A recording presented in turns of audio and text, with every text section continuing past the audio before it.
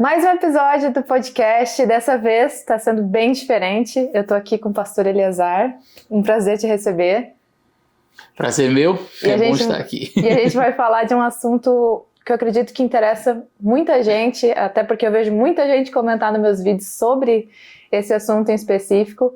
Então é muito legal para mim estar fazendo esse episódio com um convidado, né, em pessoa aqui, né, o que é bem difícil para quem mora nos Estados Unidos, né, pastor? A gente quer convidar as pessoas, mas fica complicado. E também conversar com alguém que vai trazer uma bagagem muito interessante, muito legal em torno desse assunto, que acredito que é muito bom para ser abordado no início do ano, né, nessa virada tão recente. O assunto principal que eu queria falar hoje, né, é claro que eu sempre deixo o assunto livre para a gente, né, falar tranquilo sobre tudo, mas a principal coisa que eu queria falar hoje é o que eu vejo tantas pessoas comentando nos meus vídeos, porque a gente que fala de política, acaba que as pessoas estão sempre comentando uma visão um pouco, às vezes pessimista, às vezes otimista, de que estamos no início do fim. Né, que essas coisas que estão acontecendo no mundo hoje estão piores, que o mundo está pior, mas em contrapartida tem as pessoas que têm uma visão diferente, que dizem que na verdade essas coisas sempre aconteceram, que agora é só porque tem notícia que a gente ouve mais. Então todas essas coisas eu acredito que passem no coração, principalmente do cristão, quando tem a virada do ano, sobre o que esperar. 2023 foi um ano muito pesado, aconteceu muita coisa, e eu acho que todo mundo fica pensando o que será de 2024, como se preparar, né? Principalmente o cristão, o que esperar desse ano que muitas vezes a probabilidade é não ser melhor que 2023, né? Se a gente for realista. Pois é. Sabe que esse é um assunto muitíssimo interessante. Eu falava sobre isso em uma das mensagens que fiz recentemente sobre essa questão da proximidade da vinda de Cristo, do fim do mundo. E essa não é uma curiosidade apenas nossa, essa também foi uma curiosidade dos discípulos de Jesus. E em uma determinada ocasião, a Bíblia fala que eles chegaram para Jesus, em Mateus capítulo 24, eles disseram assim: Senhor, quando é que vai ser o fim do mundo? Que sinais haverá do fim do mundo? Quando que estas coisas vão acontecer? E Jesus não trouxe nenhuma perspectiva positiva. Todas as coisas que Jesus falou, a não ser a pregação do Evangelho, que eu destacaria talvez como ponto positivo, mas todas as coisas que Cristo disse são coisas assim terríveis. Ele disse: olha, ouvireis falar de guerras, rumores de guerras, não vos assusteis, porque é mistério que tudo isso aconteça, mas não é o fim. Olha só, guerras, rumores de guerras, mas não é o fim, não fique assustado. Se levantará nação contra nação, reino contra reino, haverá fomes, pestes, terremotos em vários lugares. Quer dizer, doenças, terremotos, fome, a miséria, guerras. São os nossos dias. E Jesus ele disse: olha, tudo isso vai acontecer, mas aí no verso 8, depois de ele falar todas essas mazelas, ele diz assim: mas todas essas coisas são o princípio das dores. O princípio das dores. Essa aqui é uma referência que lembra a questão do parto. Quando a mulher ela começa a sentir as dores do parto, ali como é que fala? Que quando a moça está para dar à luz a um filho, ela começa as contrações. Jesus diz assim: estas coisas que eu falei são o princípio das dores.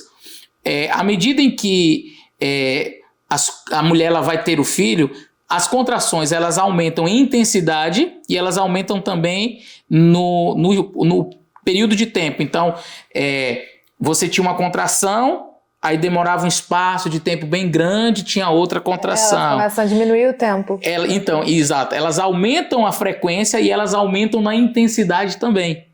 Jesus, ele comparou o fim do mundo exatamente usando essa figura de linguagem. E quando ele diz que estas coisas iriam acontecer, mas que a gente não deveria ficar assustado, que viria nação contra nação, reino, fome, pestes, etc. Aí ele diz assim: mas estas coisas são o princípio das dores. O que Jesus está querendo dizer com isso? Usando essa linguagem da parturiente. Jesus está realmente dizendo que as coisas elas vão aumentar em intensidade e em frequência. Ou seja, vai ter muito mais e pior. Muito mais destas coisas de fome, de peste, de doenças. Nós tivemos aí uma pandemia, vai ter muito mais. Nós tivemos guerras, vai ter muito mais. Em quantidade e em intensidade, serão piores as guerras, serão piores as doenças, serão piores. E aí a gente olha e diz, nossa, mas tem como piorar? Tem. Sempre tem. Sempre tem. Sempre tem. Mas se a gente olhar alguns anos atrás, a gente não vê a realidade que a gente está enfrentando agora. Exato. Eu acho que isso cai por terra, aquele argumento de mas agora a gente só sente que o mundo está tão caótico por causa das notícias. Mas espera aí, tudo bem, eu entendo que a gente hoje em dia tem uma mídia, né, uma cobertura midiática maior das coisas, mas e a gente também sabe que a mídia não tem muito interesse em notícias boas, né? Então eles realmente dão uma abrangência assim que a gente olha e pensa, meu Deus, o que está acontecendo? Mas se a gente pegar as notícias dessa mesma mídia carniceira, digamos assim, que gosta de trazer esse caos de anos atrás, essa mesma mídia não conseguia trazer tantas notícias ruins assim. Então acho que isso cai por terra.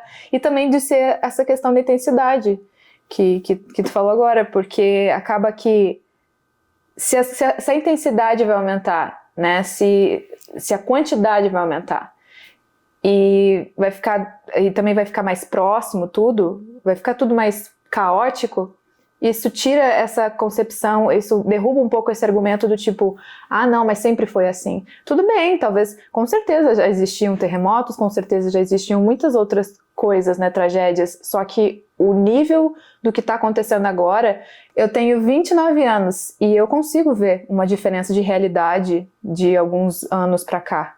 Que a gente, quando adolescente, a gente já acompanha as notícias, né? Mesmo que de canto, né? Talvez com não tanto interesse quanto a gente tem hoje em dia, né? E a gente percebe que, de fato, as coisas estão bem diferentes, né? Essa mídia que você até denominou aí a mídia carniceira, ela é bastante tendenciosa, a gente sabe disso, tendo em vista que você vai ter algumas coisas que vão ganhar uma notoriedade, outras que são tão absurdas ou até mais, simplesmente são esquecidas. Quer ver um exemplo? Agora no Natal, final do ano, nós tivemos um episódio terrível ali em um dos países na África, onde um grupo de radicais muçulmanos invadiu uma aldeia, uma região onde havia cristãos, e eles fizeram simplesmente uma chacina. Mais de 140 pessoas morreram. Eu vi vídeos dessa tragédia, eu fiquei assim horrorizado. Você não vê isso sendo vinculado em lugar nenhum. Se não são as mídias sociais que chegam a nós, né, por grupos ou... Enfim, você não vai ver na grande mídia alguém falando sobre isso. Mas sabe, Andressa, das coisas que mais me preocupam em se tratando do fim do mundo e dos sinais que Cristo aponta, para mim, um dos que mais me assustam e que aparentemente não como diz por aqui, não é um big deal, mas quando você olha, Jesus diz assim, verso 11 do capítulo 24 de Mateus, e surgirão falsos profetas e enganarão a muitos. O que existem de pessoas sendo enganadas hoje com discursos, e eu digo para você, discursos até religiosos. O que tem de político fazendo discursos religiosos e enganando pessoas. Pessoas que a gente sabe que tem uma índole má, uma índole ruim, mas para posar de bom moço, agora fala de Bíblia, fala de Deus. O que tem de religiosos usando do seu poder de influência para falar bobagens. Eu fiz um vídeo recentemente num canal que eu tenho, onde um pastor de uma igreja, eu sou a favor do aborto. Como assim? Um pastor, eu sou a favor do aborto e quem quiser me criticar pode criticar, esta é a minha posição. E aí você pensa assim, bom, qual é o argumento sólido que ele vai dar para, né, sustentar essa fala tão veemente que ele trouxe? É porque tem pessoas, bandidos, pessoas más no mundo. E essas pessoas que são más, que são bandidos, estão fazendo coisas erradas, é porque a mãe não tinha condição de criar, então eles cresceram assim. Então a solução para você acabar com a criminalidade, aborto. É uma visão tanto quanto eugenista, né? É aquela coisa assim, vamos deixar só as pessoas que têm condição e estrutura procriarem, e as pessoas que nascem em famílias pobres, que vão, né, ter mais dificuldade, que muito provavelmente não muito provavelmente, mas existe uma probabilidade maior de que essas pessoas se tornem algum tipo de criminoso, aí a gente, né, porque se a pessoa começa a ler sobre a história do aborto, ela tem uma história muito calcada na eugenia, e as pessoas não percebem o quão errado é essa fala, porque, então, no fim das contas, todo mundo que é baixa renda, e tem muito uma visão, as pessoas não percebem, mas dentro dessa questão das pessoas de baixa renda também tem um foco essa agenda abortista, ela também foca muito nas pessoas negras. E as pessoas negras não percebem o quanto que elas estão sendo usadas numa visão racista de mundo, onde o aborto significa, né, o aborto é transvestido de liberdade, de coisas bonitas para a mulher, quando na verdade é simplesmente aquela coisa assim, não quero pessoas baixa renda, principalmente negras, tendo filhos, porque essas pessoas vão provavelmente trazer maus elementos para a sociedade. E isso está extremamente errado, e vindo de um pastor é muito, muito decepcionante, porque a gente sendo cristão, a gente sabe que existem tantas outras coisas aí no meio, né? Não é tua renda, não é onde tu nasce. E os pastores que veem isso de primeira mão, eu tô começando a acreditar agora nisso, pastor. Mas eu vejo que as pessoas que têm a vida na igreja, elas veem muito, muito mais do que quem vive fora. Pessoas que estão na cadeia realmente mudando por causa da Bíblia. Realmente, tem os oportunistas. Sim. Tem quem realmente é reformado. É aquela coisa assim, tu joga um livro de tal outro assunto, na cadeia não acontece nada, mas tu joga uma Bíblia, vai acontecer algo. Milagres. Algo vai acontecer. Mas e sabe o que é impressionante? É que a premissa, ela é falsa. Essa afirmação, ela é falsa por algumas razões. Não, vamos trabalhar com probabilidades. Espera aí. Nós trabalhamos com probabilidades com qualquer coisa, menos com ser humano. Porque na hora que você trabalha dentro de probabilidades, por exemplo, se isso daqui, se você tomar, vai matar, se você fizer isso daqui, X pessoas vai morrer, se uma pessoa morre, o pessoal já fica, não, peraí, são vidas. Então, quando nós falamos de seres humanos, a gente não pode ficar trabalhando com probabilidades para determinar quem vive ou quem morre. E por que eu estou dizendo isso? A premissa é falsa em alguns aspectos. Primeiro, não se torna bandido só quem nasceu pobre. Você tem pessoas que vieram de lares extremamente estruturados que simplesmente... E muitas vezes são os piores bandidos. Outros... São serial killers, às vezes. Pois são exatamente. Se fosse assim, países extremamente ricos não teriam crimes terríveis. Segunda coisa, quantas pessoas que vieram de baixo, de lares humildes, pobres, de favelas, e que são pessoas de caráter, de bem, quer dizer, todas essas pessoas não mereceriam viver? Quantas pessoas, eu conheço pessoas que vieram de prostíbulos. Um indivíduo dizia assim, a minha mãe, eu cresci dentro de um prostíbulo, e eu decidi que aquilo não era a minha vida. Eu cresci vendo meu pai sendo um traficante, mas eu decidi que aquilo não seria a minha vida. Eu conheço a história de um rapaz, ele disse, eu vi meu pai ser morto na minha frente. Então, quer dizer, se a gente agora vai sair matando todo mundo que é de baixa renda, eu não tenho um poder sobre o futuro, eu não tenho como saber quem vai se tornar, quem não vai se tornar. Então, assim, probabilidades, porque a probabilidade é maior de quem vem de um lar desestruturado, então, enfim, a probabilidade é maior dessa pessoa se tornar um criminoso. Sim, a gente trabalha com probabilidades com o ser humano. Então, você percebe que são premissas falsas. Mas vindo, como você falou, de um pastor, aí eu vejo, é cumprimento profético. Jesus disse, surgirão falsos profetas. E não é só isso, não. Tem pastor por aí defendendo feminismo, líder religioso defendendo feminismo, líder religioso defendendo pautas que cristão nenhum deveria defender. Eu já vi pastor defender marxismo, líder religioso defender comunismo. São coisas... pastor, você está falando de política. Eu não estou necessariamente falando de partidos políticos, nem de candidatos aqui, A ou B. Só que existem ideologias, Andressa, que elas são incompatíveis com o cristão. Não dá, simplesmente não dá. Por exemplo, eu não posso ser um cristão evolucionista. Não dá para eu ser um cristão e acreditar na teoria de Charles Darwin. Por quê?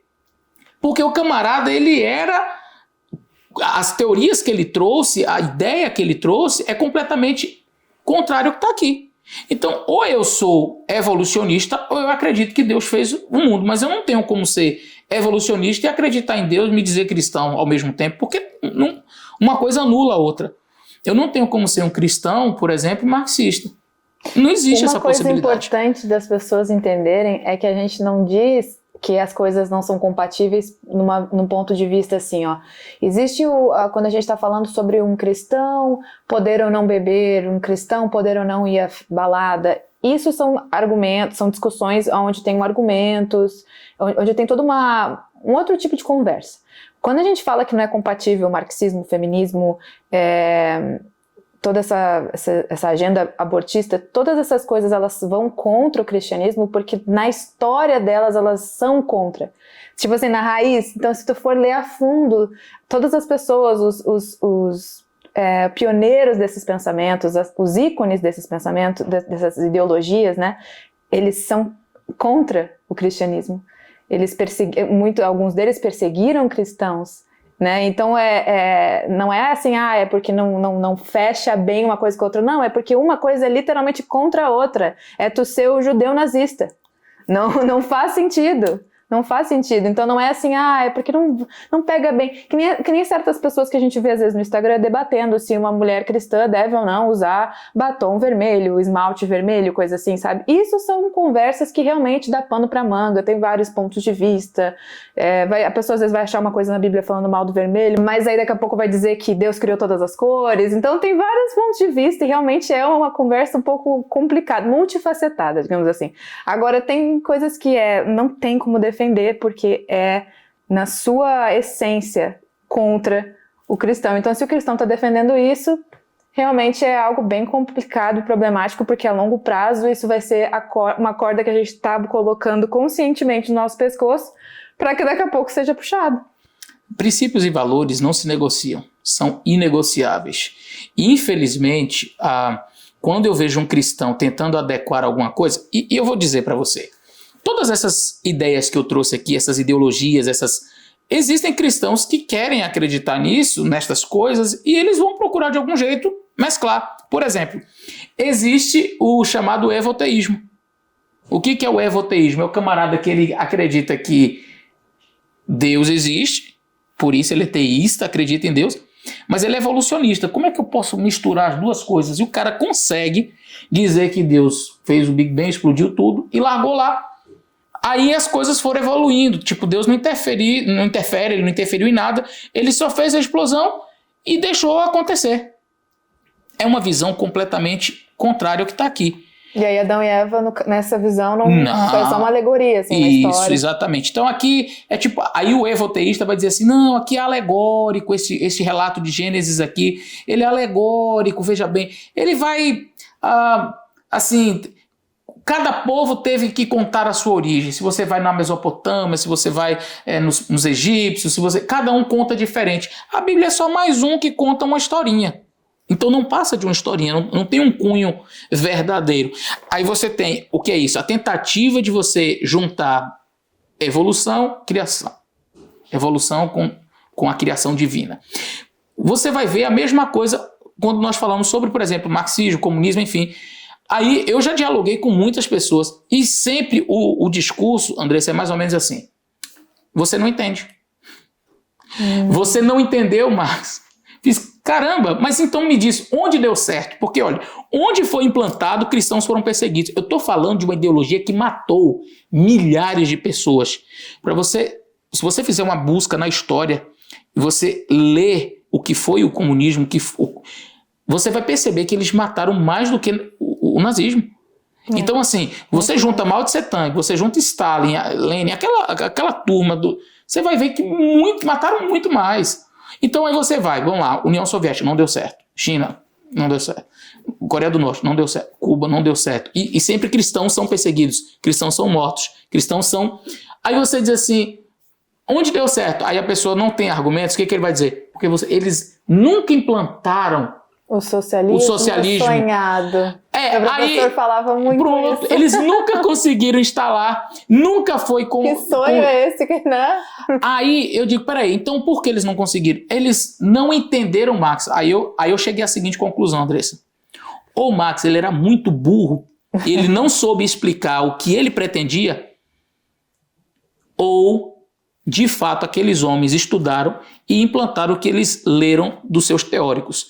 Agora, o que acontece é que as pessoas não querem admitir, porque onde foi implantado, cristãos foram mortos, cristãos foram perseguidos, aí a pessoa chega e diz assim, bom, não, eles nunca foi implantado. Não, nunca foi implantado. Por que o nome era República Comunista, Democrática Comunista de tal lugar? Por que você vai e sempre eles dizem Partido Comunista Chinês, Partido Comunista... E o nazismo também tem isso, porque se tu percebe, se eu não me engano, o Hitler, quando ele entra no partido lá, ele mudou o nome do partido e ele colocou... O partido já era uma coisa de esquerda, não sei o quê, de trabalhadores, eu posso estar falando errado aqui, eu não lembro 100%, mas eu sei que ele mudou e adicionou um nomezinho ali de algo de socialista, se eu não me engano, e inclusive em alguns dos broches, dos emblemas da época, tu vê ali o símbolo do comunismo logo ao lado do nazismo. Então tem isso também, hoje em dia eles querem dizer que que nazismo é de direita, quando na verdade até o nazismo, que foi não matou tantas pessoas quanto o comunismo, mas ele tem ainda assim um viés, um pezinho ali no comunismo. Então não tem assim como defender. Se a gente pesquisar, não defender, eu digo assim, não tem como tirar o comunismo dessa, porque tá ali, tá embutido. E então não tem como, se a pessoa pesquisar, é que tem muita coisa que eu acho que as pessoas que defendem isso, elas não estão defendendo o conhecimento delas. Elas não estão defendendo, assim, a verdade que elas tiraram a partir de ler livros e ler lá a fonte, né? Beber da fonte da onde surgiu essa ideologia e realmente olhar para tudo aquilo ali e falar, não, realmente eu defendo isso, gostei, e aí ela vai discutir com alguém. Eu acho que, na verdade, ela defende uma ideia que foi enfiada na cabeça dela em algum momento por causa dessa doutrinação que a gente sabe que existe no ensino de vários lugares. Do Brasil não fica por fora, né? Não fica de fora. Então, às vezes eu acho que é o que a gente aprende no ensino médio ou o que a gente aprende na faculdade. Então a gente absorve essa... É que nem o feminismo. Por muito tempo eu acreditei que o feminismo era bom porque eu acreditava nessa... Eles embrulham o feminismo com boas intenções. Mas eles escondem todo o passado do feminismo, todas as pessoas que foram as pioneiras, que têm histórias bem bizarras de vida, passado sujo de defensão de pedofilia. Então, quando a gente começa a ler, peraí, o que é o feminismo, afinal? Pouquíssimas mulheres se perguntaram, pouquíssimas mulheres estudaram, pouquíssimas mulheres sabem quem foi Simone de Beauvoir, e assim vai indo. Então, às vezes, essas pessoas, o que eu penso, né, é óbvio que sempre existe o mau caratismo. Mas eu também acho que às vezes, se é por ignorância, é por esse tipo de ignorância. É tu meio que repetir o que foi te falado e assim vai indo. E a gente vê isso até em pessoas que são ateus. Elas vêm e te dizem que não acreditam em Deus porque a Bíblia defende tal, sei lá, apedrejamento contra a mulher. Ela vem com coisas bem absurdas assim da Bíblia. E aí, de repente, tu vai ler e tu pergunta, tá, mas tu leu a Bíblia? Tu abriu ela e viu isso lá? E a pessoa Contexto, fala, não, tudo. Eu vi um vídeo de um cara no YouTube falando isso, que aí esse cara do YouTube leu provavelmente um livro de outro cara. Então vai, tipo aquela coisa de um mastigando e... Desculpa o termo, porque é ruim de imaginar, mas é como se um pegasse, mastigasse, cuspisse na boca do outro, que mastiga, entendeu? Então vai repassando e vai perdendo a essência e vai virando um diz que me diz, sem nenhum conteúdo, e fica todo mundo repetindo de forma robótica, e isso é esquerdo. Pois é, então... E influencia a igreja também, né? Exatamente. Então veja, quando a gente fala sobre essas questões que eu disse, não deu certo, ou o indivíduo não soube transmitir o que ele pensava, ou todo mundo realmente entendeu e fez errado. Mas quando a gente chega e critica e diz, não, porque você não estudou. Não, eu li sobre o que ele escreveu. Mas aí tu não entendeu, então. Então, mas você não entendeu. Eu digo, caramba, eu não entendi, os camaradas que implantaram com o nome lá também não entenderam. É a mesma coisa do feminismo. Você chega e pega um monte de teóricas do feminismo, aí eu chego e pego uma mulher lá, a Bell Hooks, se não me falha a memória, ela diz assim, não dá para ser feminista e não abortista. Se você é feminista, você tem que defender o aborto. Ela diz, essa mulher é considerada uma... Enfim. Aí eu chego para uma cristã e diz, você defende aborto? Ela, não, pastor. Mas você é feminista? Sou. Mas a teórica do feminismo diz que você não pode ser feminista e ser contra o aborto. Ah, mas eu sou contra o aborto. Ok. E como é que você é feminista? Ah, porque eu defendo o direito da mulher. Beleza. Qual direito? Ah, porque os homens têm direito que as mulheres não têm. Me diga um direito que as mulheres têm, que o homem tem, que as mulheres não têm. E é isso. Aí fica no silêncio. Aí ela vai entendeu? falar, é porque tem mulheres que recebem menos que os homens ocupando os mesmos cargos. Aí tu pergunta, quantas pessoas tu conhece que estão nessa? Que passaram por isso? Ela, não, é porque eu vi na internet uma matéria sobre isso. É sempre assim. E aí que acontece dos números inflados ou das distorções, porque a mulher tem certos direitos, né? Da questão da como é que fala do maternity leave? Licença maternidade. Isso. Nossa, por um segundo. Muito bilíngue ela, viu? Eu só lembrava inglês. Então, assim, tem várias coisas. Uma pessoa que eu acho muito interessante poxa, agora eu não sei se eu vou lembrar o nome dele. O Oswell. Ele é um filósofo daqui dos Estados Unidos, um estudioso, na verdade, e ele fala exatamente dessas coisas. Ele é um homem negro e ele, desde muito novo, agora ele é bem velho, mas ele ainda está vivo. Inclusive, é bom a gente conhecer essas pessoas quando elas estão vivas. Não esperem para ele morrer para ler. Eu vou adicionar em algum lugar aqui na tela ou nos comentários ali o nome desse, que eu sou muito péssima com o nome e eu acabei esquecendo o nome dele, mas ele é muito legal porque ele vai nos programas de TV, tu já deve conhecer ele, que ele vai nos programas de TV desde muito novo, agora ele não tá mais tranquilo na dele, e ele já fala assim, mas por que vocês acham isso? E ele derruba todas essas retóricas aí, todas essas premissas de que o negro ganha menos ou que a mulher ganha menos. E ele, sendo negro, é muito interessante de ver. Porque os entrevistadores brancos ficam, sabe, ficam assim, querendo. Não pode dizer que ele é racista, não pode, né, dar aquela... Porque às vezes, quando tu vai falar essas coisas, as pessoas já vão dizer que tu é a branca, a elitista, que tá falando de uma realidade que não sabe, e o cara, sendo negro, ele foi comunista. Uau! Ele foi comunista. A gente não nega que exista racismo. Existe. Não, com certeza. A gente não nega que existe, por exemplo, violência contra a mulher. E machismo também existe. Exato. É porque quando a gente fala sobre isso, Andressa, algumas pessoas já dizem assim, já pensam assim, tá vendo aí? Eles estão defendendo a violência contra a mulher. A pessoa precisa ter apenas um neurônio funcionando ou meio para acreditar numa coisa dessas. Não é isso que estamos dizendo. Ninguém aqui em são juízo vai defender o machismo, a misoginia, enfim, o ataque contra mulheres. Mas eu não preciso ser feminista ou defender o feminismo para defender as mulheres. Se eu for um cristão verdadeiro, eu já vou fazer isso. Eu vou defender as mulheres. Por quê? Porque um cristão verdadeiro, ele defende o meio ambiente. Um cristão verdadeiro, ele jamais vai tratar o outro com diferença por causa da cor, da pele, enfim. Por quê? Porque nós somos feitos à imagem e semelhança de Deus. E quando eu entendo teologicamente que eu sou a imagem e semelhança de Deus, e você é a imagem e semelhança de Deus, e todos nós somos a imagem e semelhança de Deus, na minha mente funciona assim. Se todos nós somos filhos de um mesmo pai, o que nós somos? Irmãos. Então não importa a cor da minha pele. Isso eu aprendo aonde? No cristianismo. Isso eu aprendo aonde? Lendo Bíblia. Então, eu vou valorizar a mulher. Eu vou tratar bem a mulher. A mulher tem a sua dignidade, ela tem o seu espaço. Onde que eu aprendo isso? Na palavra de Deus. Jesus Cristo, quando veio aqui, valorizou, tratou bem as mulheres. Existia machismo. Sempre existiu. Mas eu não preciso defender pautas como o feminismo, que ele vem travestido de aquela roupagem, sabe, bonitinha de estamos aqui para defender a mulher, mas quando você vai na essência, na verdade você tem um grupo que defende aborto, que defende que a mulher, que o homem, a mulher praticamente não precisa do homem para nada na vida, e a gente vive em um planeta onde todos nós dependemos, um homem depende de uma mulher.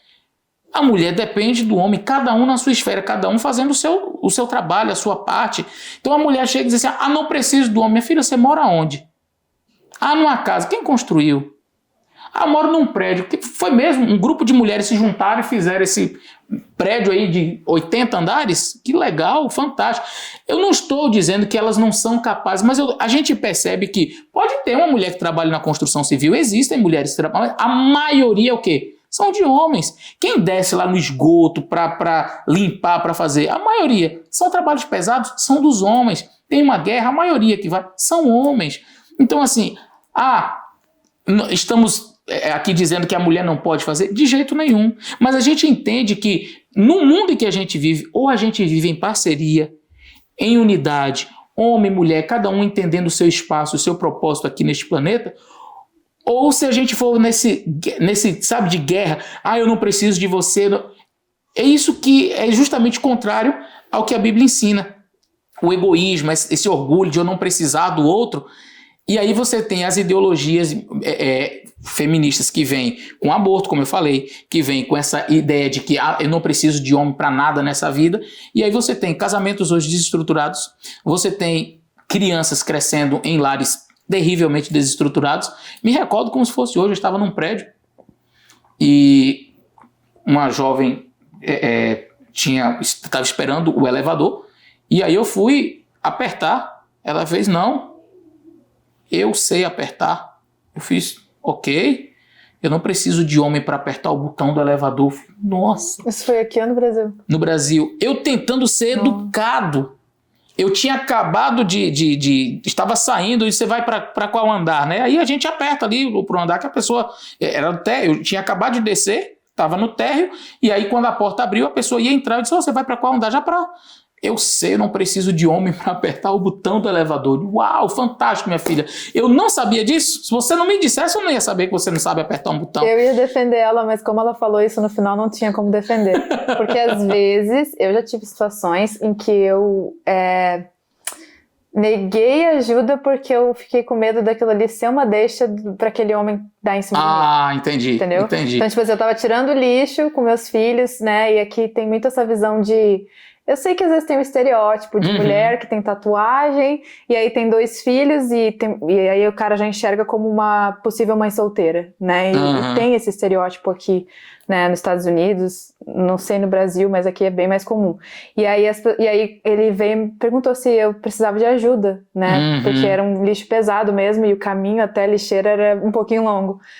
E eu disse não, só que foi muito natural, assim, porque eu já imaginei, assim, que... Eu não sei, eu posso estar... Talvez eu estava totalmente errada.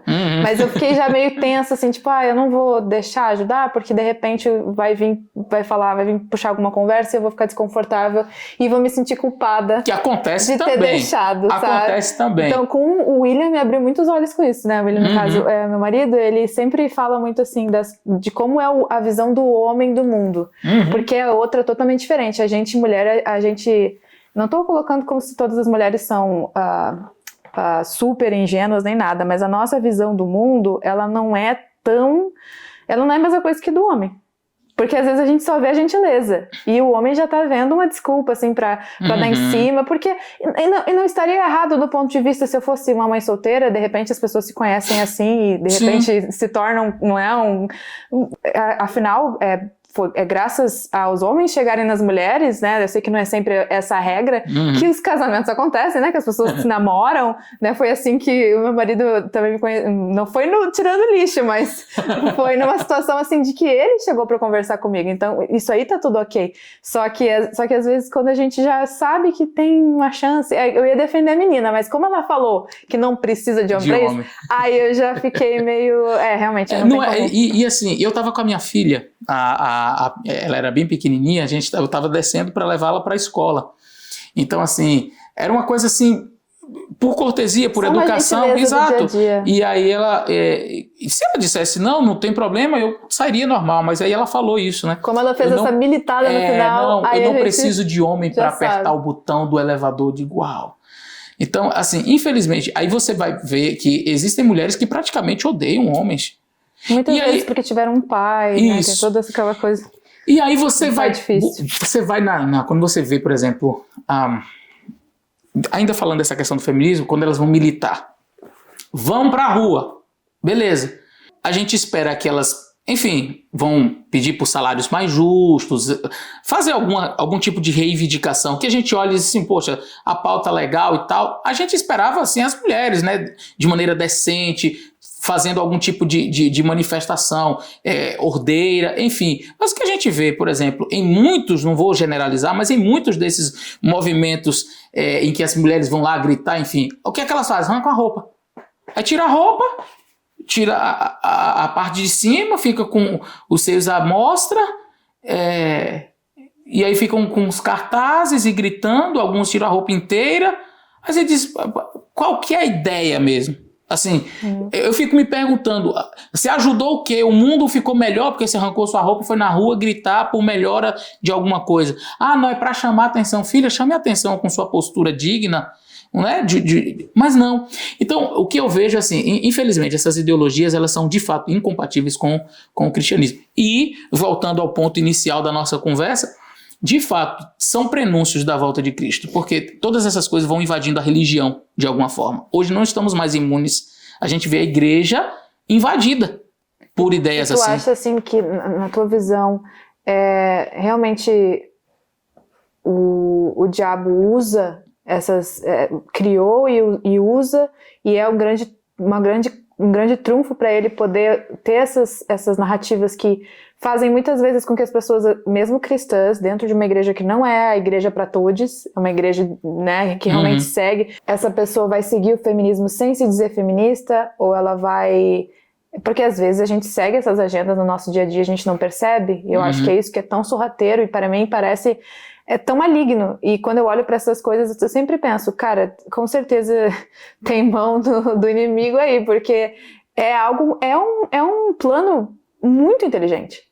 Porque tu consegue, desde a escola, já desvirtuar, né? Enquanto a gente está, às vezes, na 4ª série em uma escola religiosa, ouvindo que o aborto é errado, lá no ensino médio a gente já está ouvindo a professora militante, que também foi doutrinada, que saiu da escola um robozinho falando que o aborto é direito feminino, que é uma liberdade para as mulheres. Então, a gente vai... Eu lembro da minha 4ª série, das minhas amiguinhas ali... 4ª série não, na verdade já era 8ª. Hoje em dia não sei se vai tão longe, mas numa escola católica a gente falando o aborto é ruim, fazendo um trabalho falando mal do aborto, e de repente no ensino médio a gente já estava com outra visão. A gente já estava... E por muitos anos, é muito recente na minha vida que eu abri os olhos para essa coisa de... Não, peraí, é errado? Nem se for aquela coisa da criança ter algum problema, dos casos que são legais no Brasil, nem isso, nenhum justifica, nenhum. A gente não tem direito de tirar a vida, mas você me perguntou sobre a questão se eu achava que o inimigo está, enfim. Olha, eu vejo que a estratégia dele mudou ao longo dos anos. Veja, logo quando Jesus Cristo morreu e voltou aos céus, qual foi a estratégia do inimigo? Ele disse, eu vou tentar destruir, acabar com o cristianismo, eu vou destruir completamente o cristianismo, qualquer resquício de cristão. Então você via os coliseus de Roma lotados de cristãos sendo lançados por Nero, Calígula, Domiciano e outros imperadores romanos que mataram milhares de cristãos. E alguém escreveu que o sangue dos cristãos era como semente. Quanto mais caía no chão, quanto mais era derramado no chão, mais cristãos surgiam. E a religião cristã, ao invés de ser aniquilada, destruída e acabar, como talvez foi o propósito de Satanás no início, ela cresceu mais e mais. E foi expandindo mais e mais. Então você percebe que a estratégia dele era, vou sufocar, vou acabar, dizer que era cristão na época, logo, 100 anos depois de Cristo ter subido aos céus, era sinônimo de morte, você ia ser perseguido, ia ser morto. Com o passar do tempo, e trazendo já, pulando aí 2000 anos de história, nos nossos dias, Satanás não está ligando se você se declara cristão, não. Pode ser cristão, não tem problema não. Ah, eu acredito na Bíblia, está aqui a Bíblia. Pode acreditar na Bíblia, não tem problema nenhum acreditar na Bíblia. Ah, eu frequento a igreja, não tem problema nenhum. Mas acredita também em umas coisinhas que eu vou te sugerir. Então, deixa teu filho com um iPhone. Isso, entende? Então Satanás não está preocupado se você vai numa igreja, se você lê Bíblia, se você é católico, se você é evangélico, se você se diz religioso.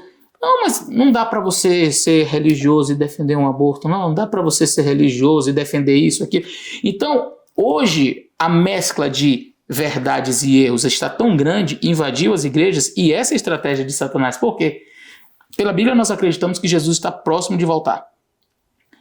E quando Jesus voltar, ele quer encontrar um povo, pessoas preparadas para encontrar com ele, para ir morar com ele. Então Satanás, ele quer que você seja cristão sem problema algum. Contanto que você não esteja pronto para quando Jesus Cristo voltar a morar com ele, para ele está ótimo. Então, hoje, infelizmente, você tem pessoas que se dizem cristãs e que a gente olha para a vida e diz assim, o que tem de cristianismo ali? Zero. Pessoas que são cristãs só no nome. E aqui eu não estou falando especificamente de igreja, eu estou falando de cristianismo, sabe? De viver o que está aqui. Então, pessoas que se dizem cristãs, mas que não vivem o que Cristo ensinou. Pessoas que se dizem cristãs, mas que estão aceitando muito mais as ideologias deste mundo, deste século, do que a palavra de Deus. E aí eu acho que este talvez seja o grande trunfo de Satanás para esses tempos. Ele percebeu que matando, perseguindo, destruindo não funcionou. Então, vou fazer o seguinte, vou colocar a verdade e vou junto colocar o erro. E aí os cristãos vão nessa se embebedando com erros misturados com verdades, acham que estão tudo ok, que está tudo certo, enquanto estão indo de mal a pior. As igrejas estão assim. E aí você vê a igreja para todos, você vê a verdade relativa. Não é difícil, Andressa, você conversar com um cristão que vai chegar para você e dizer assim, não, mas a tua verdade não é a minha verdade. Você falou aí sobre essas ideologias, mas essa é a sua forma de ver as coisas. Eu vejo diferente. E a minha verdade não é a sua verdade, como se existissem muitas verdades. E aí, aquela questão, existem pontos que a gente pode conversar e discutir, mas como você falou no começo do vídeo, mas existem pontos que são inegociáveis da fé. E aqui não depende, como eu disse, não estou falando de igreja, independente de qual igreja você frequente. Se você se diz um cristão, existem pontos que não dá para você abrir mão. Não tem como eu ser cristão e defender isso, isso, isso e isso. Ou eu sou cristão e defendo o que está aqui, ou é melhor dizer que eu não sou cristão. Infelizmente. E assim, parece dura a minha fala, mas ela é uma fala realista. Por quê? Porque cada vez mais os enganos vão chegando nas igrejas. Como eu falei, pastor defendendo do púlpito, numa mensagem defendendo aborto, outro defendendo outras bobagens. Eu vi num podcast um pastor dizer que defende a liberação de entorpecentes. Não, eu acho que tem que descriminalizar as drogas. Cara, se tu já parou para sentar com uma mãe que tem um filho viciado, você já sabe, aí me entristece ver um líder religioso que deveria estar preocupado em mil e outras coisas, sabe? Tá lá defendendo descriminalização disso, descriminalização daquilo, pode isso, pode aquilo, você fica... Então eu acredito que um grande conselho para as pessoas, para elas se prepararem, sendo cristãs ou não, mas principalmente sendo cristãs, se elas estão com os olhos abertos em relação ao que está acontecendo no mundo, né? Não estão só vendo as tragédias, mas também estão vendo as agendas e tudo de ruim que está sendo empurrado, né? Transição de gênero de crianças, né? Todas essas coisas abomináveis que estão, inclusive, focando nas crianças, um grande esforço também para normalizar a pedofilia, que já vem de uns anos aí, mas agora está cada vez mais presente. Eu acredito que eu queria te perguntar assim, se tu acredita que o grande conselho, talvez o principal conselho para o cristão seria que ele tente ao máximo ler a Bíblia, entender a Bíblia, né, viver a verdade do que o cristão deve viver, mas também saber blindar a sua família em relação a... Esse é o ponto. Esse é o ponto. Eu diria para você, não basta você conhecer. Não basta você conhecer. Há muitas pessoas que estão assistindo você agora, estão nos assistindo, dizem assim, concordo com tudo isso aí que eles estão falando. Olha, eu tenho assim na minha família essa visão e etc. Mas se você, que é pai, que é mãe, tem essa visão internalizada, você vive isso daí, mas você não blinda a sua família, você não protege seus filhos, não pense você que o seu conhecimento vai ser suficiente para salvar, resguardar os seus filhos. Porque no momento que você está nos assistindo e concordando com tudo que a gente está falando, possivelmente o seu filho está na escola sendo bombardeado por inúmeras ideologias contrárias ao que você acredita. Então, quantas vezes eu, como pastor, tive que acompanhar casos de pais que são cristãos e que frequentam a igreja e tudo mais, aquela coisa maravilhosa, você diz assim, uau! E ele chega a dizer assim, pastor, visita porque meu filho está defendendo isso, meu filho agora está defendendo aquilo, meu filho defende aquilo outro. Aí você diz, ué, na igreja eu não ensinei. Eu também não ensinei em casa. Onde ele aprendeu? Na escola, com as amizades. E por que ele aprendeu? Não são blindados. os pais não fazem o trabalho. Infelizmente, se você não fizer um trabalho dentro de casa, há quem faça o trabalho fora. Todos os dias, André, estou falando aqui sem exceções, é uma rotina da nossa família. Nós acordamos, antes das nossas filhas irem para a escola, elas têm que ter um momento com Deus. Reunidos em família, nós lemos a Bíblia, nós oramos, nós cantamos, depois aí elas comem e aí eu levo para a escola. Invariavelmente, todos os dias, quando as minhas filhas descem do carro, eu digo para elas, filha, eu falo para a mais velha, depois vou deixar outra na outra escola, eu falo, filha, seja luz, brilhe onde você estiver. Se tiver oportunidade de falar de Cristo, fale. E aí eu falo sempre, todos os dias, cuidado com as influências dos professores. E aí, esses dias minha filha já veio com um trabalho, disse, pai, veio falando de feminismo, tudo errado isso aqui.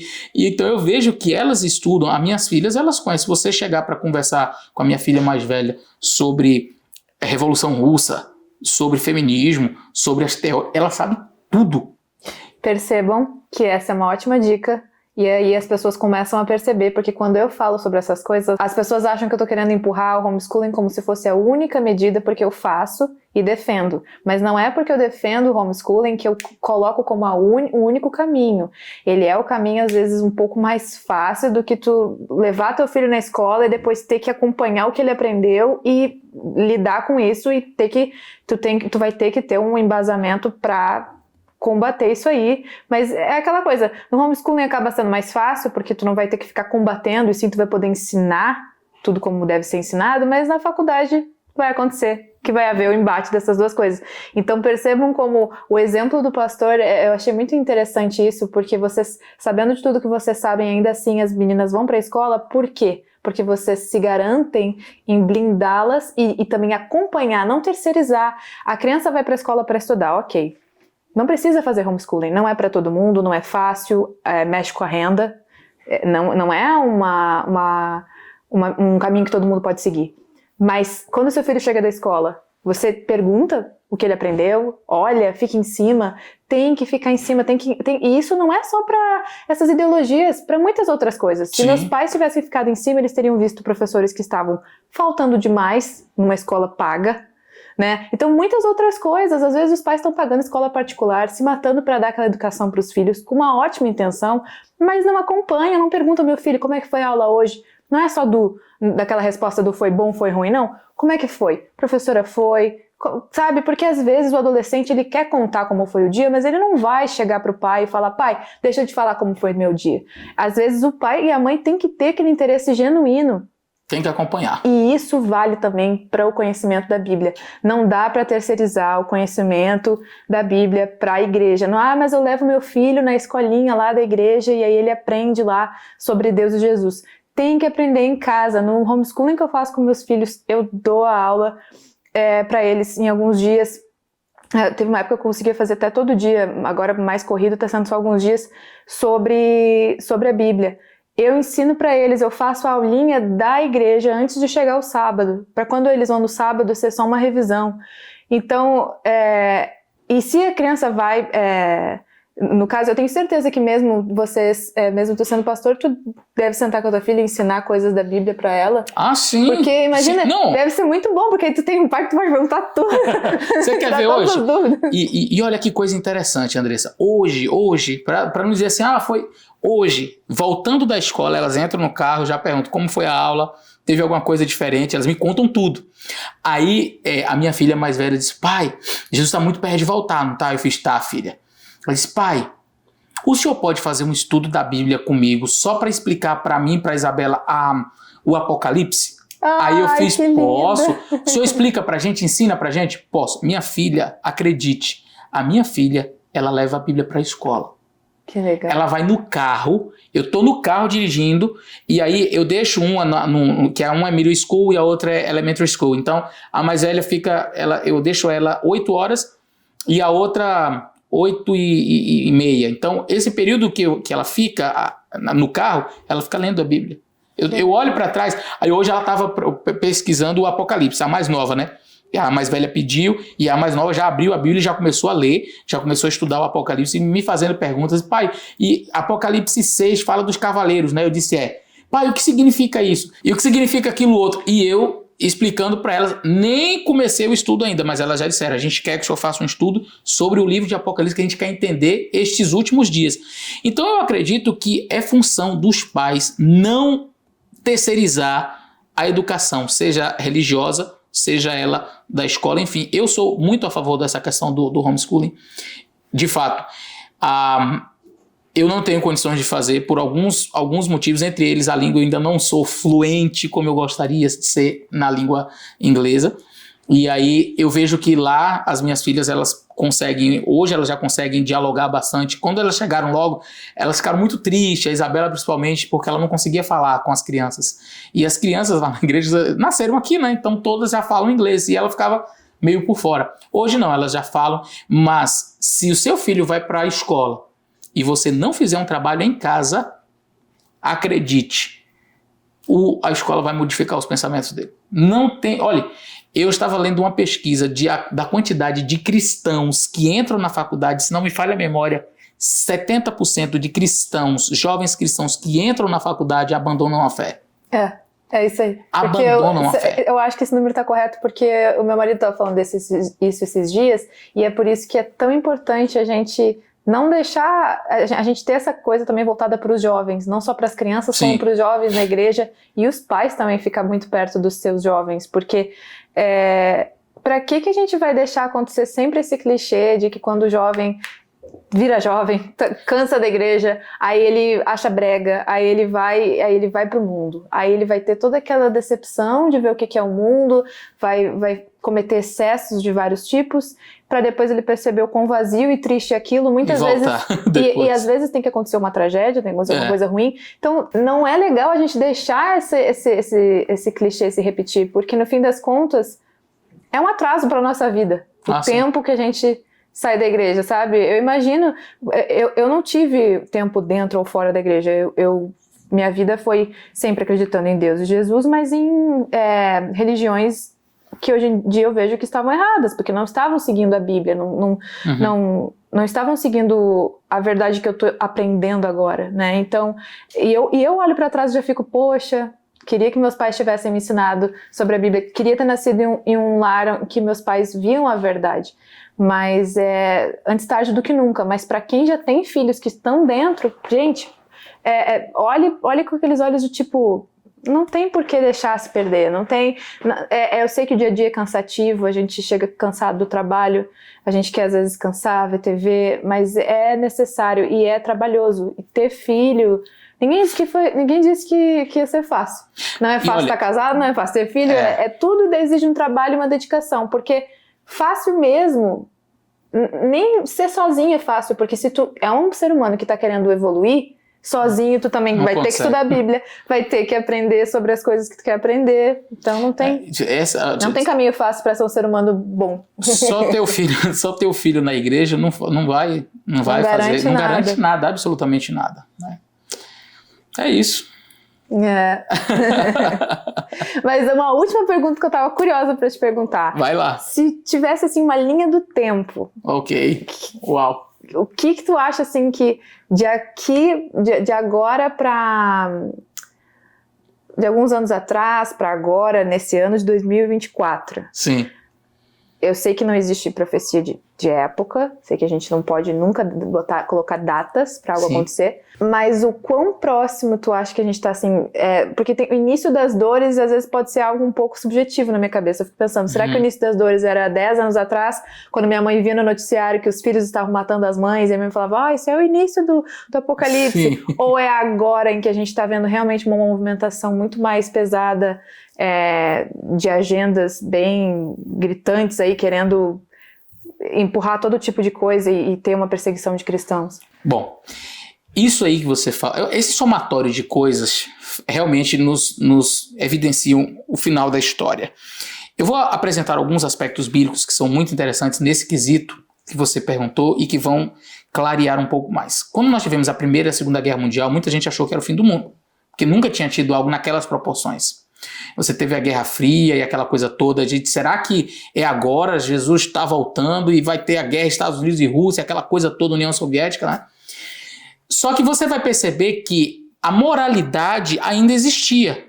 Se você pega, por exemplo, após Segunda Guerra Mundial, pós-Guerra Fria ainda, antes do movimento hippie, você via que as famílias eram tradicionais, aquela coisa, ainda existia uma certa moralidade. Então, assim, famílias estruturadas, etc. Mas uma das coisas que também está na Bíblia, que foi profetizado, que seriam prenúncios da volta de Jesus, como você pode ver em Timóteo. Paulo, escrevendo uma carta a Timóteo, ele disse que nos últimos dias os homens seriam avarentos, gananciosos, amantes dos prazeres, violentos e etc. E aí você tem uma listagem de outras coisas, entre elas está também a imoralidade sexual.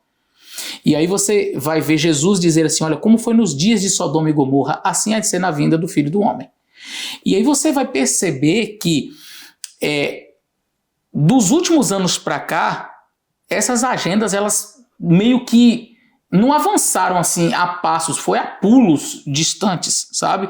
Você vê hoje uma sociedade doente, uma sociedade revoltada, uma sociedade cheia de ideologias e o cristianismo tentando ser meio que abafado mesmo, sabe?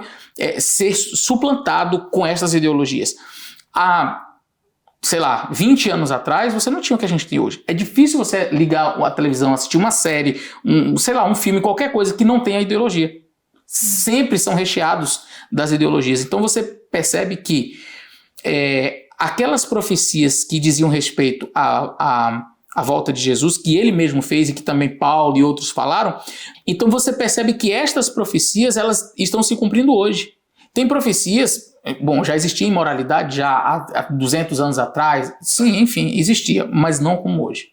E existe algum evento específico, tipo aquilo da reconstrução do templo de Salomão? É isso? Então... Eu não sei se estou falando errado. O templo de Salomão. Sim. Porque eu lembro que quando aconteceu isso, também teve aquilo do Trump reconhecer Jerusalém como capital de Israel. Eu lembro que o pessoal da igreja comemorou porque viu que isso era um prenúncio de que Jesus estava próximo ali. Algumas pessoas associam a volta de Jesus com algum evento voltado para Jerusalém. Particularmente, quando Cristo morre, o véu do templo se rasga de alto a baixo. Era Cristo dizendo que os serviços do templo na terra agora não eram mais necessários, no sentido de que o verdadeiro cordeiro já estava morrendo. Cristo sobe ao céu como o nosso sacerdote, ele morre como cordeiro, sobe como sacerdote e oficia. O livro de Hebreus fala que há um santuário no céu, onde Cristo é o sacerdote. Então, nós acreditamos que, biblicamente, aquilo que dizia respeito ao santuário da terra, a tipologia, as cerimônias que envolviam o santuário terrestre, elas já tiveram seu cumprimento em Cristo, o cordeirinho e etc. Apesar de que os judeus ainda esperam por uma reconstrução, onde tem aquela mesquita lá em Jerusalém, eles esperam por isso. Mas a gente não vê Jesus falando em nenhum momento que, por exemplo, a reconstrução do templo, alguma coisa, seria um prenúncio da vinda dele. Você vai ver sempre relacionado a guerras, rumores de guerras e a questão da moralidade. Então, quando eu associo todas essas coisas que têm acontecido em nossos dias, a questão da moralidade lá embaixo, a questão das ideologias, seja ideologia de gênero, ideologia feminista, ideologia marxista, enfim, essas ideologias todas, aí eu digo assim, uau, talvez nós estejamos vivendo a última geração sobre a face da Terra. Como eu também sigo o mesmo princípio que você, de não marcar datas, nada disso, mas olhando para os acontecimentos, eu acredito que talvez nós sejamos a última geração a viver nesse planeta Terra. No caso dos nossos filhos, né? Nossos filhos, eu acredito que talvez Jesus Cristo volte ainda em nossos dias. Assim eu espero. Tomara, né? Assim eu espero. Tomara. Ele diz, olha, como foi nos dias de Sodoma e Gomorra, nós já estamos vivendo nos dias de Sodoma e Gomorra. Um pregador certa vez disse assim, se Jesus demorar muito tempo para voltar, talvez ele vai ter que se desculpar com Sodoma e Gomorra. Porque destruiu Sodoma e Gomorra e o mundo hoje já está pior do que Sodoma e Gomorra. Então, assim, é claro. Muito maior, né? Então eu acredito que sim, a gente está bem pertinho da volta de E Cristo. o que a gente como cristão pode esperar, essa questão de, muitos cristãos falam, eu tenho que ler a Bíblia porque um dia eu não vou ter essa Bíblia nas minhas mãos. Eu vejo pessoas de várias denominações falando isso, e eu acho isso muito interessante, porque eu penso assim, poxa, são denominações diferentes, né, são igrejas diferentes, pregam algumas coisas diferentes, mas essa verdade, essa ideia de que haverá uma perseguição, Sim. e que a Bíblia não estará nas nossas mãos para sempre, isso é algo que a gente tem que levar como uma verdade. Vai acontecer. É possível sim. É possível sim. A perseguição ela acontecerá e é possível sim que as Bíblias sejam tiradas ou pelo menos adulteradas. Eu acredito que hoje Satanás trabalha muito mais com essa ideia de talvez de corromper, da corrupção. Eu já vi gente querendo reescrever a Bíblia, tirando partes que eles não concordam. Vão tirar machismo, vamos tirar a homofobia da Bíblia, pastores dizendo que temos que atualizar a Bíblia. Quer dizer, então talvez eu não tenho assim clareza olhando para a Bíblia, dizer assim, vai ser retirada ela fisicamente, porque Satanás ele muda as estratégias. Pode ser que ela seja retirada, queimada, destruída, sim, mas pode ser que talvez muita gente esteja esperando ser retirada quando na verdade ela está sendo corrompida, pessoas queiram modificar. Por isso eu digo, se você tem, estude, leia e guarde aqui. Por quê? Porque se um dia mexerem, se um dia tirarem, se um dia arrancarem fora, se um dia queimarem, ela está aqui. E daqui ninguém tira. Better safe than sorry. Essa frase eu gosto. É melhor se precaver do que se arrepender. Exatamente. Muito obrigada, pastor, pela tua presença aqui. Foi muito legal conversar contigo. Espero que vocês tenham gostado. E é isso. Muito obrigada mesmo. Valeu. Tamo junto.